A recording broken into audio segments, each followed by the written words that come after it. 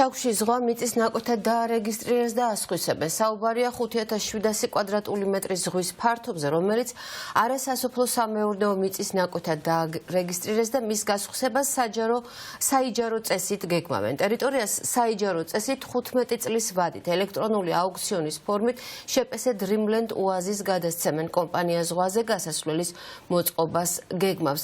ჟანა აკოპაშვილი განაგრძობს სამ თემაზე საუბარს. გისმენ ჟანა. დიახ, დაბა ჩაქვში 5700 კვადრატული მეტრის ზღვა არასასოფლო სამეურნეო მიწის ნაკვეთად დაარეგისტრირეს და მის გასხვისებას საიჯარო წესით აპირებენ. მის შესახებ ინფორმაციას გამოცემა ბათუმელები ავრცელებს. საჯარო რეესტრის მონაცემებით ზღვა მიწის ნაკვეთად 2023 წელს იმ დროს დაარეგისტრირეს, როცა ამ ტერიტორიაზე ინტერესი შპს Dreamland Oasis-მა გამოთქვა. საუბარია ზღვის იმ ნაწილზე, იმ მონაკვეთზე, რომელიც Dreamland Oasis-ის მრავალფუნქციურ სასტუმრო კომპლექსს ესაზღვრება. თავის მხრივ სასტუმროს ტერიტორიაც კომპანია Dreamland Oasis 10 წლიანი იჯარით აქვს მიღებული და როგორც ცნობილი ხდება, კომპანია Dreamland Oasis-ის ზღვაზე გასასვლელის მოწყობას აპირებს. 5700 კვადრატული მეტრის ზღვა 15 წლიანი იჯარით ელექტრონული ტენდერით გასხვისდება.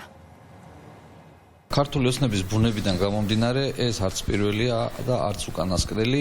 ჩვენ ძალიან ბევრი და მრავალი მაგალითი გვაქვს იმის, რომ თუნდაც საჯარო აუქციონები არის ისეთი პირობებით, როგორიც არის მაგალითად მორგებული, მაგალითად არის გარკვეული შეზღუდვები, შემდეგ ამ შეზღუდვებით იყიდება მიწის ნაკვეთი, რომელსაც შემდეგ ზონალურად უხსნიან ამ შეზღუდვებს და ასე შემდეგ.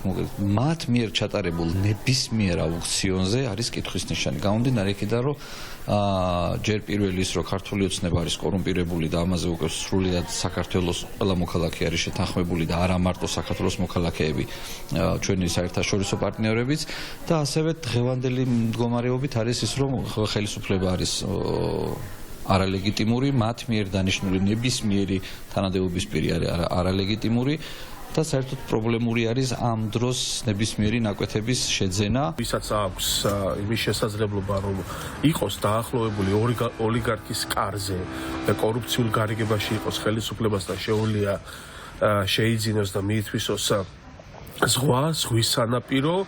პირველი ამ საკითხში სწორედ ივანიშვილი იყო, როცა მან შეკვეთილში ზღვის სანაპირო მიითვისა საკუთარი ინტერესებისთვის და დღეს უკვე ხედავთ ჩაქვში ანალოგიურ მიდგომას ხვალ შეიძლება ვნახოთ ბათუმში, ქობულეთში და ეს არის ის მოდელი, რომელიც არ არის ორიენტირებული ხალხზე, არ არის ორიენტირებული საქართველოს მოქალაქეების კეთილდღეობაზე, ქვეყნის განვითარებაზე, არამედ არის ვიწრო ოლიგარქიული კლანის ინტერესებზე.